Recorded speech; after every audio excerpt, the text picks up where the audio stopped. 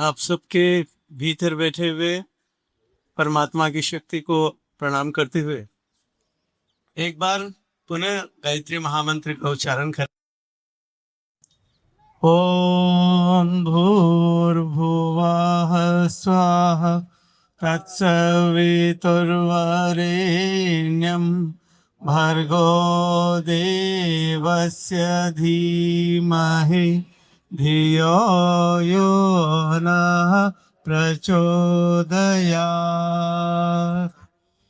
हमारे मंच पर विराजमान आज के मुख्य अतिथि आदरणीय पुष्पेंद्र कुलश्रेष्ठ जी, वैद्य जी और जो भी हमारे और भाई बहन बैठे हुए हैं, और ये आयोजक अंत्योदय कुंभ। कुंभ शब्द तो बहुत बड़ा है, लेकिन चलो एक बहुत बड़ी प्रेरणा मिले, ऊर्जा मिले, इसलिए शुरुआत है।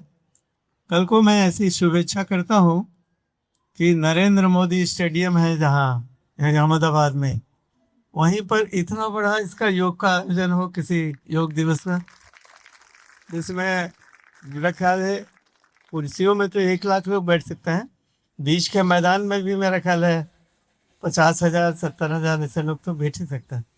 इतना बड़ा एक वो होगा और दर्शक दीर्घा में लोग बैठे रहेंगे और देखेंगे। तो योग हमारे देश की पहचान है। स्वामी विवेकानंद का एक प्रसिद्ध वाक्य है, ज्ञान से, कर्म से, भक्ति से या योग से उसको अपने आत्मा को जानो, प्राप्त करो सत्य को और मुक्त हो जाओ। यानी हमें हमारा जीवन का जो लक्ष्य है वो मुक्त होने का है, गुलाम बनने का नहीं।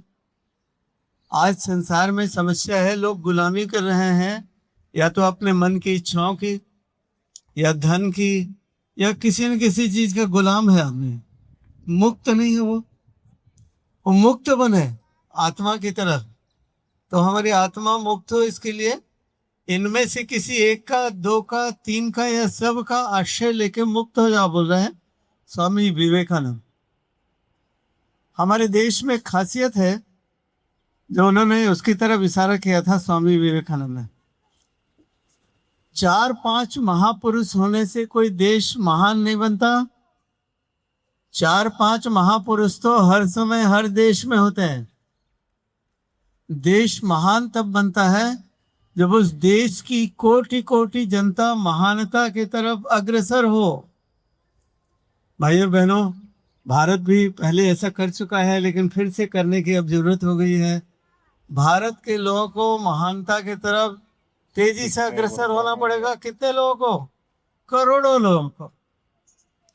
1 करोड़ लोग भी अग्रसर हो जाए तो बाकी लोग उसको देख देख के वे भी अग्रसर हो जाएंगे, क्योंकि सब लोग अपने मौलिक रूप से कोई काम नहीं करते हैं। वो अच्छा काम करते हैं तो उसको अनुसरण करता है। दहेज की प्रथा इस देश में क्यों हो गई? बहुत से लोग, बड़े बड़े लोग दहेज लेने देने लगे, तो यहाँ देश की जनता भी दहेज लेने देने लगी। अब ये छूटेगा कब? जब लोग छोड़ेंगे और फिर उसका अनुकरण होगा तो फिर छोड़ देंगे। भाइयों बहनों, हमारे देश की पहचान वैसे तो गायत्री, गीता, गंगा, गौ, ये सब है, लेकिन इन दिनों विशेष रूप से बन चुका है योग हमारे देश की पहचान। जैसे कोई बाहर जाओ ना तो पूछते हैं लोग, क्या आप योग जानते हैं? यदि आप बोलेंगे मैं नहीं जानता तो सब बहुत आश्चर्य होगा विदेशी व्यक्ति को। ये भारत से आए तब तो योग जानता ही होगा। मैं उसका नाम भूल रहा हूँ, लेकिन मैत्री नाम की पत्रिका में पूरे डेट के साथ छपा था। हमारे देश का कोई महामंत्री, केंद्रीय कैबिनेट का, वो जर्मनी गए और जर्मनी में वहाँ के मंत्री से मिले। अब ये यहाँ भारत से जाने वाले थे, वो इस्लाम को मानने वाला था, लेकिन वो सामने वाले व्यक्ति ने पूछा, आप तो भारत से आए हैं, आपने गीता पढ़ी है? तो अचकचा गया वो हमारे देश का महामंत्री, बोला मैं तो इस्लाम मानने वाला हूँ, तो मैं क्यों गीता पढ़ूं?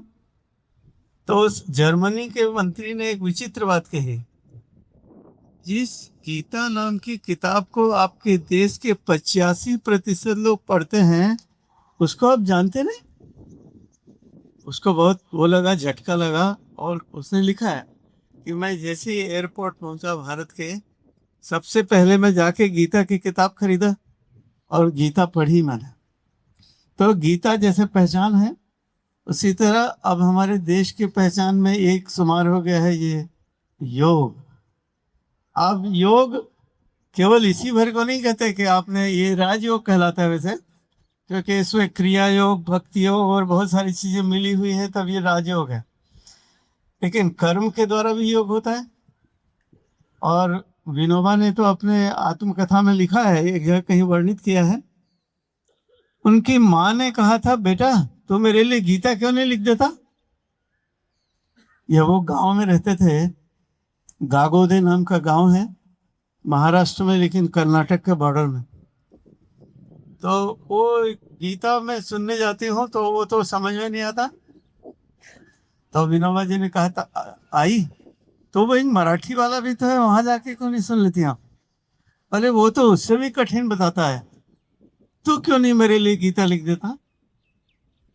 अब वो 16 साल के बच्चे को कोई माँ ये बोले कि तुम गीता लिख दो मेरे लिए, तो ये तो बहुत बड़ी बात थी।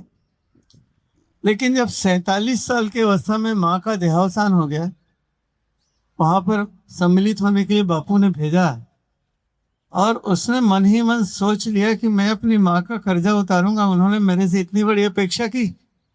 तो बाद में फिर उन्होंने गीताई नाम की पुस्तिका लिखी। जैसे भगवान कृष्ण ने 700 श्लोक में गीता लिखी है, उसी तरह 700 ही पंक्तियों में गीताई नाम की किताब है। फिर ऐसे नहीं उन्होंने लिख के छाप दिया, उसका 108 बार संशोधन किया। एक गांव की सब्जी बेचने वाली महिला पढ़ सकती है कि नहीं, स्कूल का बच्चा पढ़ सकता है कि नहीं, रिक्शा वाला पढ़ सकता है कि नहीं। फिर 108 बार जब हो गया, तब उन्होंने कलम रख दी कि बस अब समाप्ति, अब ये हो गया। तो उसी तरह योग को केवल ये राजयोग ही योग नहीं है, आप कर्म से, ज्ञान से, भक्ति से, समत्व से, सबसे योग प्राप्त कर सकते हैं। और हमारे गुरुदेव ने तो एक जगह ऐसा भी लिख दिया है, जो भी इस संसार में अपूर्णता से पूर्णता की ओर ले जाए, तम से यानी अंधकार से प्रकाश की ओर ले जाए, मृत्यु से अमृत की तरफ ले जाए, विनाश से विकास की ओर ले जाए, वो सब योग है। यानी गृहस्थ भी योग हो सकता है यदि गृहस्थी में रहते हुए आप इस तरह से ऊंचा उठते हैं।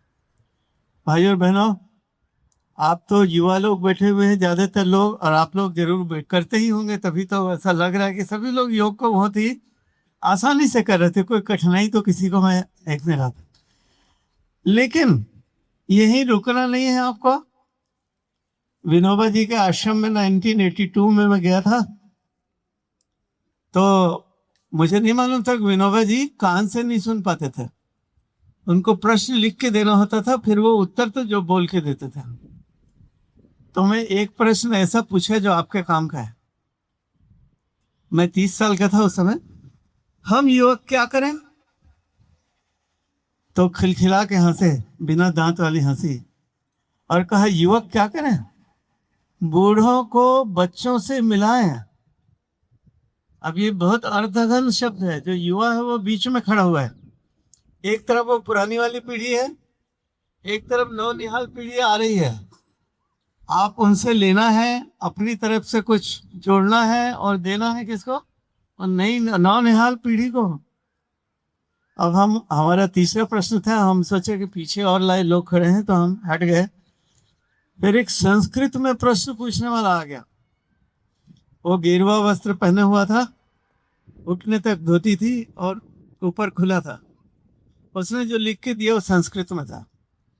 विनोबा जी ने उसको संस्कृत में उत्तर दिया, तो हमारे ऊपर से निकल गई वो बात। फिर उन्होंने हमारे लिए उसको हिंदी में बोला, जो आपके भी काम का है। सेवा को फेंको मत, सेवा को बीज की तरह बो, सेवा की फसल उगनी चाहिए। आपने यहाँ योग, अंतर्राष्ट्रीय योग दिवस पर आप योग किए हैं, घर में भी योग करते होंगे, कम से कम 20 मिनट तो करना ही होगा हमारे गुरुजी के हिसाब से। कोई ज्यादा देर करता है, 1 घंटे करता है तो और अच्छी बात है, लेकिन 20 मिनट तो बहुत ही आवश्यक है। लेकिन यही रुक मत जाइए, लोगों को और प्रेरित करिए कि 5 मिनट से शुरू करो भाई। ये मैंने कल्याण नाम की पत्रिका में पढ़ा। एकदम नए आदमी को कैसे बोले, सिखाएं कैसे, उनको बोलो 5 मिनट से योग शुरू करें और धीरे धीरे 20 मिनट 30 मिनट तक ले जाएं। तो ये सेवा को फेंको मत, बीज बीज की तरह बो, ताकि सेवा की फसल उगनी चाहिए। आप सब यहाँ जो मेरे छोटे छोटे भाई बहन हैं युवा, वो कल को गृहस्थी का भार भी अपने कंधे पर उठाएंगे और देश के कई कर्तव्यों का, उत्तरदायित्व का भी भार उठाएंगे। लेकिन ये मत भूलिएगा कि जो अच्छी चीजें हैं वो केवल हमारे अच्छे होने भर से नहीं जीवन बदलने वाला है, मेरे आजू बाजू में रहने वालों को भी अच्छा बनना पड़ेगा। केवल मेरे अच्छे होने से और बाहर सब गड़बड़ रहे तो अच्छा नहीं होने वाला है। तो आपके संपर्क में आने वाले, आपको प्रेम करने वाले, आप जिनको प्रेम करते हैं उनको, जो आप पे विश्वास करते हैं उनको योग के मार्ग में जरूर बढ़ाइए, ताकि उनका जीवन स्वस्थ प्रसन्न हो जाए।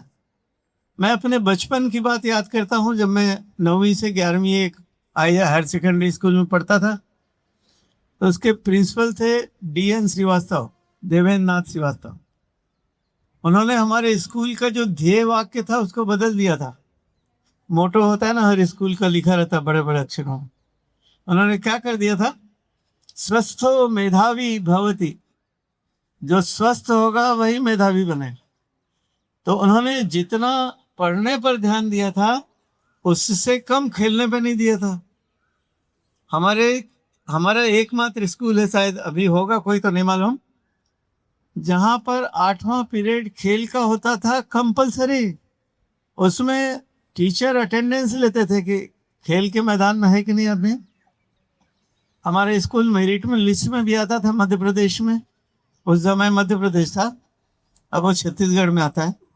और इधर खेल में भी स्टेट लेवल में खेल में प्रवीणता प्राप्त करता था। यानी यदि आपको कुछ बड़ा बनना है तो आपको स्वस्थ होना पड़ेगा। भीमसेन जोशी को मैंने कल एक छोटा सा शॉर्ट यूट्यूब देखा, उसमें वो कह रहे हैं 4 घंटे तक सतत अभ्यास करना पड़ता है शास्त्रीय संगीत का। जो 4 घंटे लगातार बैठ नहीं सकेगा वो इसमें सिद्धि प्राप्त नहीं कर सकता। तो 4 घंटे में बैठ कैसे सका? मैं प्राणायाम करता था, आसन करता था, योग करता था, ये सब सारे काम करता था। इसने उनको मदद की, भीमसेन जोशी को, कि वो हमारे देश के सबसे बड़े कह सकते हो संगीतकार, शास्त्रीय संगीत के संगीतकार और गायक बन के गए। भाइयों बहनों, आपके ऊपर भी ये लागू होता है। यदि बड़ी सफलता प्राप्त करने चाहते हो तो शरीर को स्वस्थ बनाओ, मन को स्वच्छ बनाओ और अंतःकरण को भावना से भरा हुआ बनाओ। तब आप सचमुच में एक ऐसे आदमी हैं जो देश को आगे बढ़ाएंगे और आप स्वयं भी आगे बढ़ेंगे। स्वस्थ होने की पहचान जो हमारे किताबों में है वो ये है, खुली शौच होती है, कड़ी भूख लगती है, भरपूर नींद आती है और मन प्रसन्न है, तो आप स्वस्थ आदमी हो। इनमें से एक भी यदि नहीं है तो आप स्वस्थ आदमी के कोटि में नहीं आते। मन की प्रसन्नता तो खैर बहुत आवश्यक है ही। तो मैं खूब शुभकामना देता हूँ हमारे अंत्योदय योग संस्थान को, आप सब भाइयों बहनों को भी, कि एक कुंभ नाम रख दिया, भले वो थोड़ा सा जैसे बच्चा बड़ा नाम रख दिया वैसा हो गया, लेकिन ये सार्थक करे अपने नाम को।